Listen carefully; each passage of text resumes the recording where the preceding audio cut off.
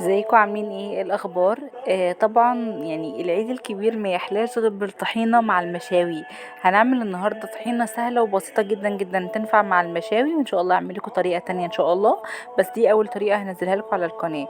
المهم معانا هنا معلقتين 3 كده من الطحينه السايله الخام البيور. ويفضل تستخدموا طحينه تكون نوع نضيف شويه، يكون بالظبط سمسم صافي عشان يطلع معاكي نتيجه حلوه. بصوا بقى التركية دي، بتضيفوا على طول كده على الطحينة الخل او الليمون او الاتنين.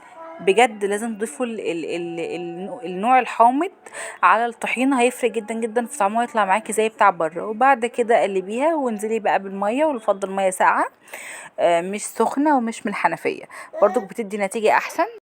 ضيفي بقى زي ما قلت لك الميه الساقعه، وبعد كده ملح وكمون، وممكن تضيفي بابريكا او شطه براحتك، وقلبي كل ده لحد ما توصلي للقوام اللي انت عايزاه. انا بالنسبه لي ده افضل قوام للمشويات، بحس ان هو يعني يدخل كده شويه الطحينه تدخل في قلب الرغيف، بتبقى زي الفل قوي. وبعد كده بقى حطيتهم في طبق التقديم، وحطيت كده يعني شويه من الشبت وكمان زيت زيتون، بيبقى طعم زيت الزيتون فعلا مع الطحينه فارق قوي قوي. جربوا برضو ان انتوا تضيفوا زيت الزيتون. بس خلاص دي كانت وصفه النهارده. ان شاء الله باذن الله اعمل لكم وصفه تانية للطحينه برضو بطريقه تانية وبطعم تاني. اشوفكم على خير ان شاء الله. كل سنه وانتم طيبين، استنوني ان شاء الله في فيديوهات جديده. مع السلامه.